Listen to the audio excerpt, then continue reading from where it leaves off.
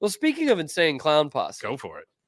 I did start this Red Sox documentary last night. It premiered yesterday um, about the comeback against the Yankees in '04. And I don't know if it was you or Zach as producer, but I was talking about like this team has had so much stuff made about them. Like, what else was there to hear about this team? Is this the one with Really? the 4 pitchers up front, where they say the people that are known best in Red Sox history? No, Oh, okay. no. All right. That This is was a different just a one. random, just one-off Okay. video by All the right. Red Sox. Okay. Not that. Is this on Netflix? It's on Netflix. Yep. It's a Netflix. 3-part documentary, so about 3 hours. By the way, Netflix, the new home of live Monday Night Raw. Yeah. How does that work? Didn't they do something before like that? I don't know. I don't follow I don't know. wrestling. at Anyway, all. go ahead. Sorry. I watched Glow. Yeah, Glow was great. We Which I talked like. about that this morning. Yeah. And Yeah. the ladies They are were all pretty- ladies. It's weird. pretty. It was weird. gorgeous ladies. Gorgeous ladies. They wrestled. Some of them. Some of them had side jobs too. Yeah. And then some of them put on orange and that was the new black. Wow. I gotta get back to this. Yeah, go for it. Mike, if you don't mind, I'm gonna get back to this. Speaking of Orange is the New Black, I did watch, Mike, this Red Sox documentary. No, but I mean the '04 Red Sox, greatest story ever told. Greatest sports story ever told, in my opinion. There is a limit on that, though. I was like, seriously, how are we gonna do this again? Like, what are we going to hear that is new? And I don't know that there's something necessarily new in this, but I like the way they approached it. So it's 3 parts, and I'm almost done with part 2, and we are not yet in the '04 ALCS, which is what this whole thing is about. And me, as the Red Sox fan, I'm okay with that. I am very okay with that. Again, have I learned something? Not necessarily, but what they've done is episode 1 is all about 2003.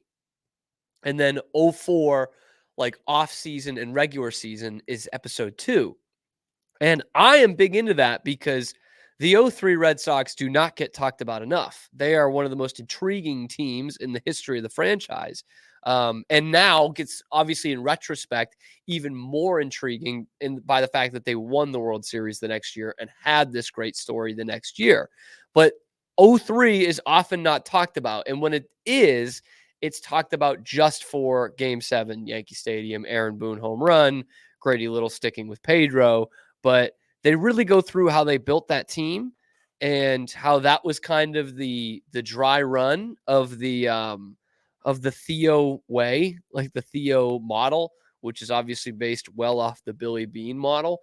And they actually had Billy Beane in this documentary, and he's talking about how he had accepted the job with the Red Sox and was talking with Theo, who was essentially going to be the assistant GM, this 28-year-old kid.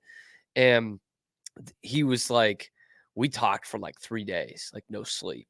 And we were going to reinvent the wheel. Like we were going to really change baseball. And then Billy Beane's like, I couldn't end up doing it. I didn't want to be 3 time zones away from my daughter. So I told them, no, I can't do it.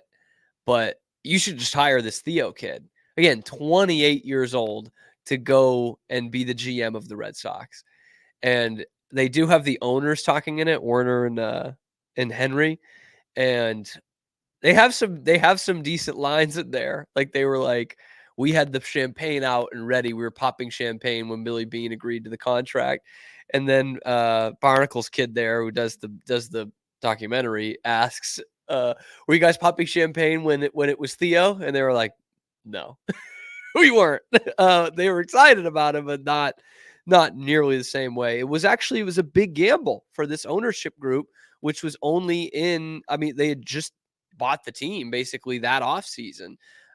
So it was a big risk to go with this 28-year-old Yale stats nerd as your GM for a major market team. And what I really love that they threw in there is everyone sees all these movies and stuff and documentaries about '04 again, and not enough about '03. But there is a documentary that followed like this group of Red Sox fans, like 8 or 10 at the end of the day, 8 or 10 different fans, maybe 6 or 8 fans through the '03 season. And it was back before you saw sports documentaries just made like every month. So it was actually a documentary like released on DVD. and in select theaters in New England. It's called Still We Believe. It's on YouTube. I would love to have some of the people on that because it was a very on the show. It's a very formative documentary for me as a kid because that is like the peak of just like total Red Sox bitterness. And they use footage like sound from that movie in this documentary, but the sound they use is a guy calling into EEI to bitch about Bill Miller and Kevin Millar, and it's such a good, like it's such a deep cut, and it's this guy calling into the morning show, and he's like, I don't even know these guys, but Millar, I mean Millar, you get it, it's like a 2-month thing with Millar, you're like, please don't go to Japan. Like it's fucking perfect. And I can picture the guy. I can still see it from the movie. They got the cameras on him in his apartment and he's like, on the phone on a flip phone with EEI calling into the show.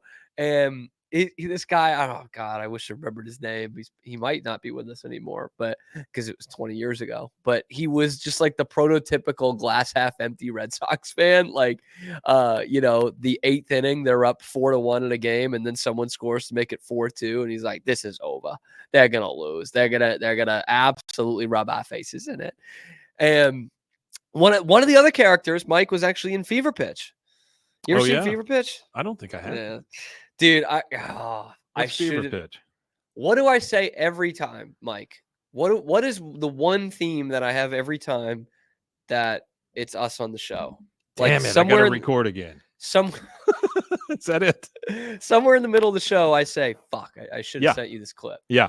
Yeah. Absolutely. And you saw me, I was diligently looking for clips today. Yeah. I was like, look, I actually don't think I need one. Yeah. But now you do. I do. And this is going to sound really harsh, especially like as someone who is not as diehard sports. Mm-hmm. You'll probably think it's pretty harsh, but I'm going to do it anyway. So Fever Pitch stars Drew Barrymore and Jimmy Fallon. Oh, yes. I know what you're talking about. Yeah. I don't like that guy. And Drew had Jimmy Fallon on her show, I think recently. I think this was like around the anniversary stuff. And they're talking about Fever Pitch. And you can just tell that Drew Barrymore like just literally doesn't know anything about baseball and has no interest in it, which is totally understandable. Sure. What I'm about to bitch about is really like dumb because it's holding to such a high standard. But she's like, yeah, and we did this movie about the Red Sox, and they hadn't won the World Series in 81 years. 81 years. And Jimmy Fallon, who's also not really a baseball fan, has to correct her. He's like 86 years. Oh. And I'm like, thank God, Jimmy. Thank God. But I had this thought while watching it, which is like, so this is gonna sound so insanely pretentious, but like it does kind of bug me that they don't have any tie-in to the sport or the team at all, because what Red Sox fans went through in that 04 season and what they got to experience is such a uniquely Boston Red Sox fan experience that you don't want people like on the screen trying to portray those emotions when you know what those emotions actually are. So that's super pretentious, right? Super high standard. Of course, Drew Barrymore and Jimmy Fallon are not going to feel that ever. But I just had that feeling while watching it. And that's what made me think of the 03 movie, because those were actual fans. One of the guys was like in a wheelchair and had monster tickets for a Yankee game in like June. And Roger Clemens was pitching for the Yankees. And he's like, I can't wait to get Clemens out there. I'm going to boo the shit out of him. I'm going to boo the shit out of Clemens.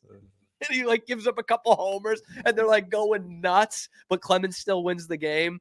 And he's like, fuck, I can't believe we lost to Clemens. Like it's the absolute zenith of like bitchy, like dyed in the wool. Every game is a war Red Sox fandom. 03-04.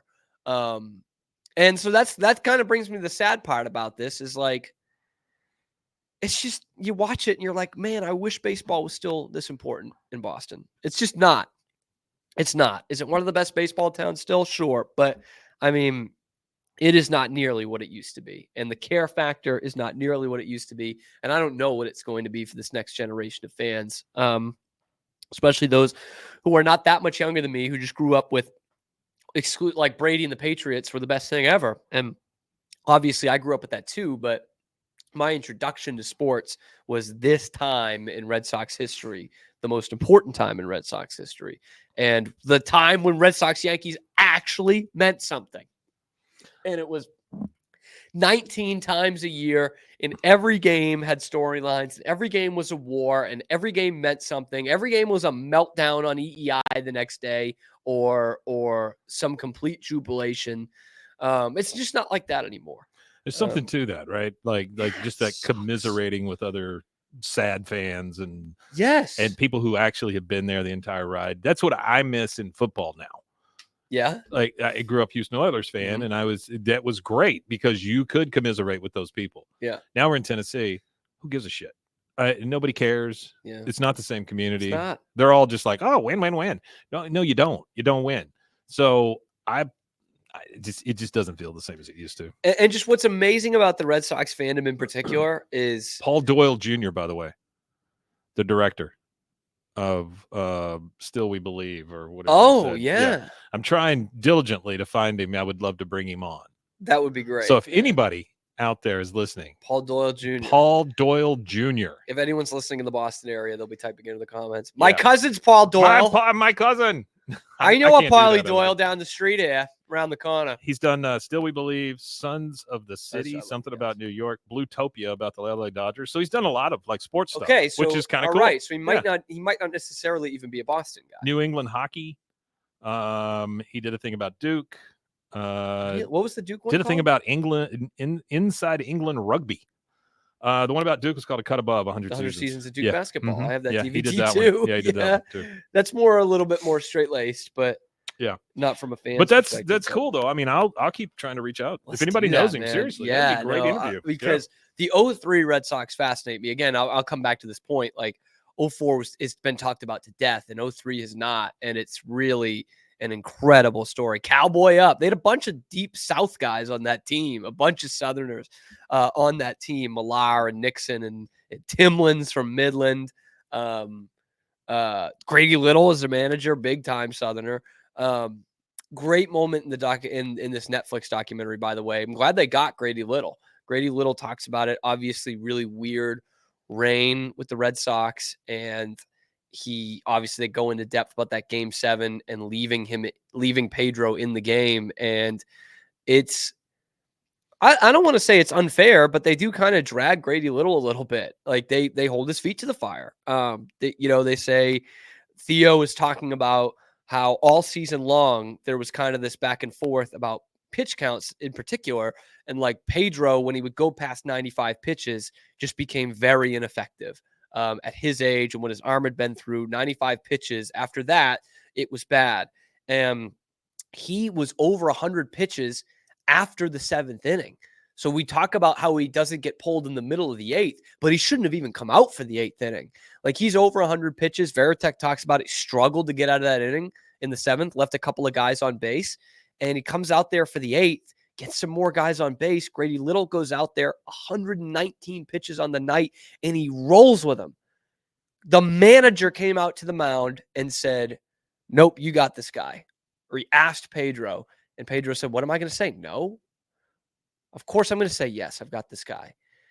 And Pedro's kind of hid behind Grady Little with that a little bit for years, but it's insane, man. I mean, it was the biggest sports story in America. It was this great game, great event, and one of the worst managerial decisions of all time.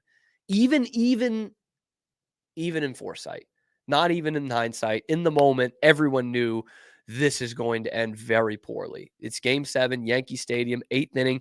You've got guys warm in the bullpen. I love that perspective. Mike Timlin was interviewed for this, and he was like, me and Alan Embry were both up bullpen, and we like looked at each other and we're like, I'm good to go. I'm going to stop throwing. You good? They're like, we're good. Both ready to go. And Grady Little sticks with Pedro. And they asked Grady after it, and he's like, they asked you, did you look at the pitch count? And he goes, no, I didn't look at the pitch count. I was looking at what stuff he had. And he was like getting lit up. And you're like, how is this his answer? And Henry is in there, and he's like, we were in the stands at Yankee Stadium, And when Grady Little started walking back to the dugout after not taking Pedro out, he asked Tom Werner, can we fire him now or do we have to wait till after the game? That's the most personality we've seen from John Henry ever. He's like, can we can this guy's ass now? And Theo was like almost bugged talking about it. He was like, yeah, I was really uncomfortable. Like I was so angry that he left Pedro in the game. And clearly there was like a disconnect all the time. Like Grady is this like kind of good old boy in baseball terms, right? Like he'd been around the game a long time. He even said, I managed from my gut. And he never managed after that. And Theo wanted to play the analytics game. And that's what ultimately led to, that was a huge reason why the Red Sox did win it in 2004, was having a manager on board in Terry Francona who did play the analytics game. And I think Grady used in the interview, he said, you know, it's like when my wife and I go to the beach and there's a pretty lady in a bikini. That's like analytics. It shows you a lot, but it doesn't show you everything.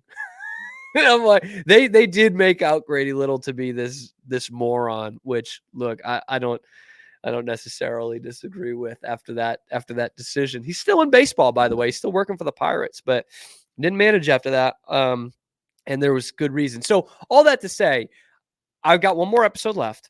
It's going to be about the actual comeback. And honestly, it's probably going to be my least favorite one just because I know it. And I love that even though there's been so much told about this 04 team, this is the first one that's like given real true context to this. And the fact that it was a couple years in the making and it was a complete change of strategy for the Red Sox. And that's how they were able to compete with the Yankees. And so I'm giving it 4 stars right now, just because I think the 03 Red Sox get disrespected and it's a huge part of the 04 story. So I'm recommending it. Or 4 out of 10? 4 out of 5. Oh, okay. All right. 4 out of 5. Okay. Honestly, after watching this next one, we'll probably bring it down to like 3.5 and be like, hey, it was well done, but I already knew the story. Still out of 5. Sure, Okay. Mike.